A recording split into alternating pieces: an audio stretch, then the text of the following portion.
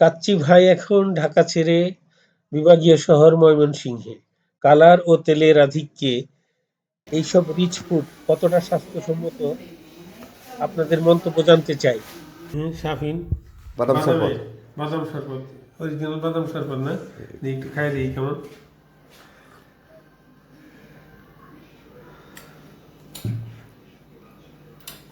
Test আছে, কিন্তু এখানে মনে হয় বাদামের চেয়ে দুধের পরিমাণ বেশি, একটু মিষ্টি হতে পারে, খাইতে মজা আর কি।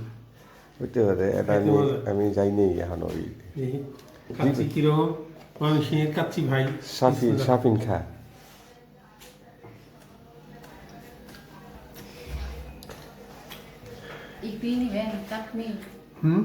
টক বেশি, টক খাইতে পারবো না।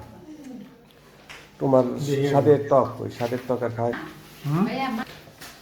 দিয়ে দেই, সুতা দুটো দিয়ে দেই।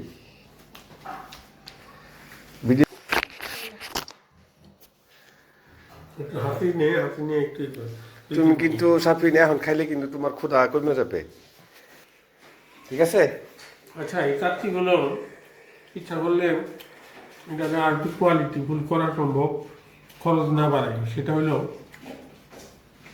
এই যে মশলার আধিক্য, এই মশলার আধিক্য না দিয়েও একটা প্রতিষ্ঠান আছে, নামটা নাই বলি আর কি।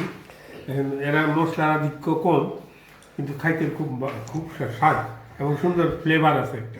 না, তুমি যদি ইয়ার কাচ্চি খাও, ঢাকা ওই ফখরুদ্দিন বাবুর্চি, তারপরে ফখরুদ্দিনের বাবুর্চি, ওদের ইয়ের মধ্যে কোনো মশলাই পাবা না।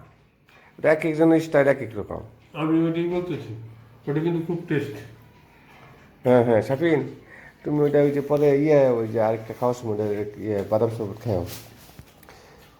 পাঠাই খাই আপাতত মমির নাই, নাহলে একটা পাঠাই দিতাম, মেসেঞ্জার নাই। তো আমরা খাই আপাতত। হ্যাঁ, ভিডিওটা এখন শেষ করি, আমরা খাই একটু আগে।